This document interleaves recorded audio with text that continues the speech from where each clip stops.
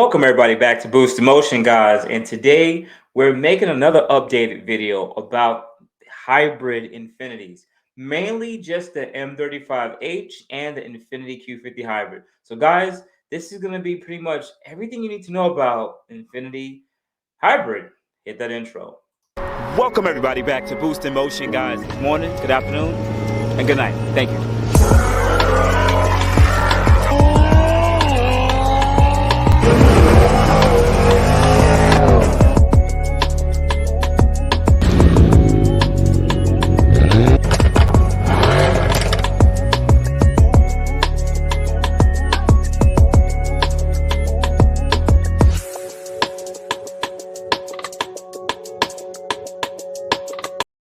So welcome back everybody back to the channel. Now it's been a little bit of a minute, not really. It really hasn't been much of a minute. What am I talking about? You guys saw me like 2 days ago. So today I'm gonna be talking about Infiniti Q50 hybrids and Infiniti M35H hybrids. Now there is, I think, a QX70 hybrid, but we really deal with sedans over here. And remember, my content is more to the performance end and reliability end. So I'm not really going to be so much like a review or anything like that. So, and also, anybody who's new to the channel, please watch this video. If you enjoy this video, hit the like button, hit the subscribe button with the bell notification. And to my returning Boost in Motion subscribers, you're part of the Boost in Motion family. Guys, hit that like button. I know this video may not get a lot of views, but at least for the people who watch, please hit the like. I'm taking my time on my day. I want to give you guys information. So let's just jump right into it. So I'm going to share a screen of the first car, and it's going to be a M35H. It's going to be an M35H. Now, I went to cars.com. You can go to the other different auto sites, but I'll just use this one for this case, and we'll just briefly take a look at this car. So M35H, this is when Infiniti, I would say, started making their first taste of hybrid vehicles. In 2012, they released Infiniti M35H, and it's only in rear-wheel drive, period. There's no all-wheel drive, at least from what I remember. There's no all-wheel drive M series or Q70 series. Guys will correct me in the comments if I'm wrong. Now, I remember looking at this car about 6, 7 years ago because I really wanted the big sedan of the M class, but I didn't want the M37 that much. I wanted the hybrid because I kind of cared about gas and gasoline and getting the most miles per gallon for my tank. But the biggest turnoff was number one, the rear drive option. Definitely didn't like that. I guess this was Infiniti trying to figure it out, seeing like, let's just go with something simple and see if it sells. Well, guess what? It didn't. Nobody really bought the M35H. M35H. You might have bought the car, but it's not commonly what was purchased. Most people commonly purchased the 3.7 and or the M56. The M35H just was more of a one-off. So for the people who's watching, we'll talk about the mods later, what you can do to increase your performance. But let's quickly just go to the Infiniti hybrid now. So let's take away the M35H and let's look for the Q50.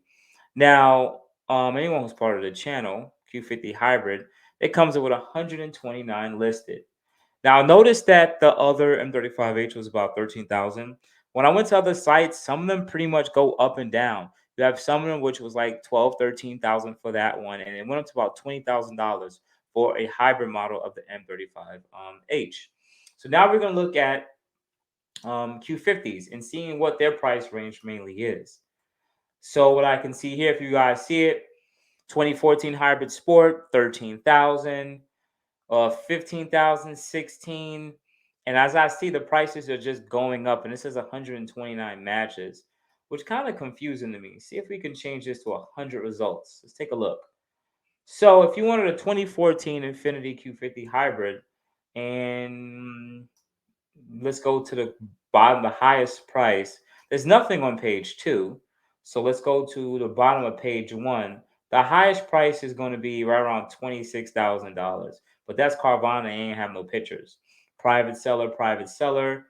Infiniti Richmond will be selling this car for $37,000. That's just an Infiniti Q50 hybrid. Wait, excuse me?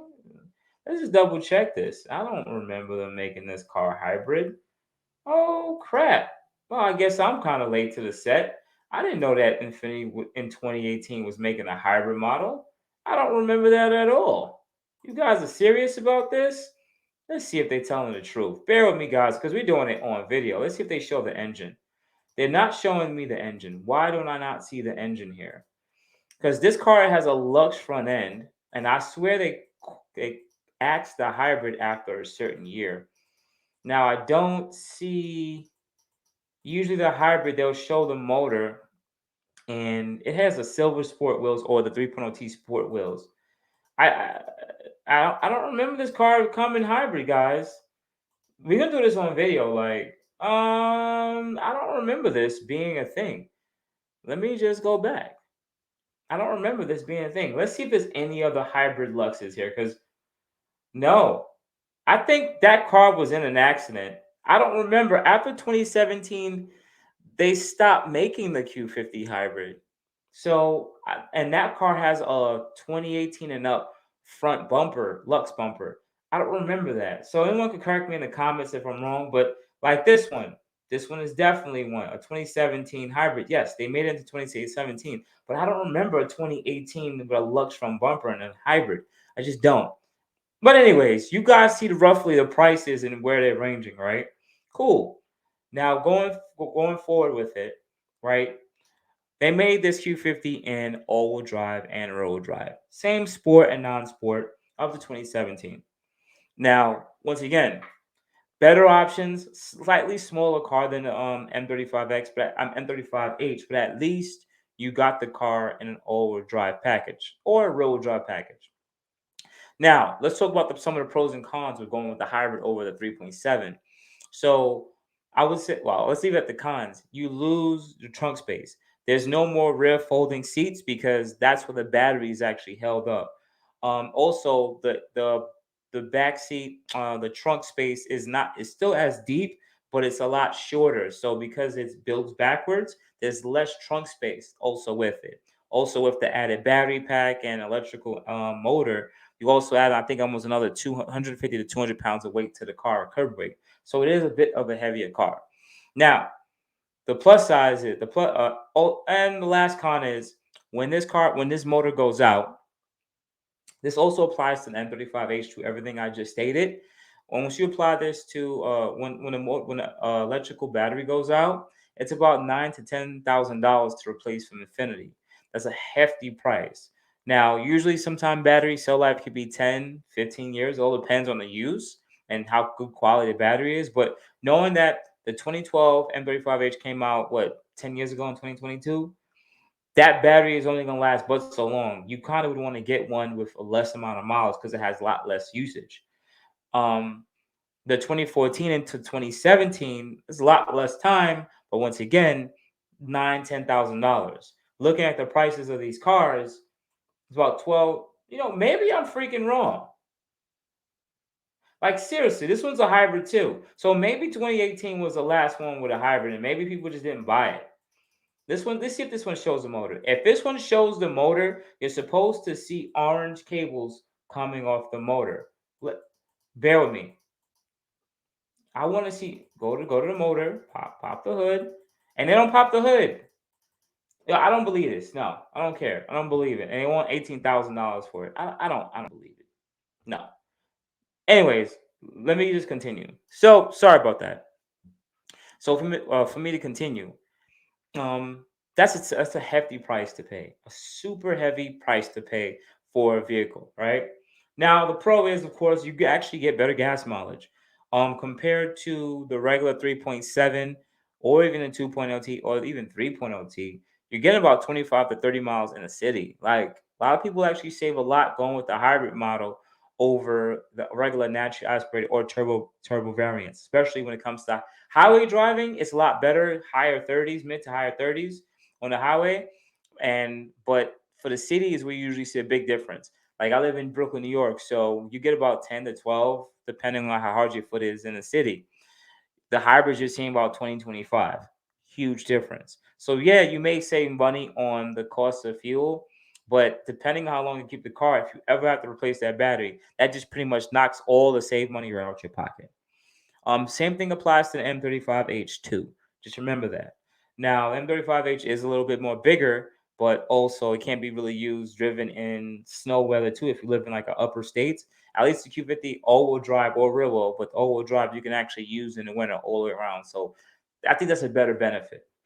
Now let's go. Now we're off the pros and cons. Let's talk about modifications because people want to know. If you care about, this is mainly performance channel.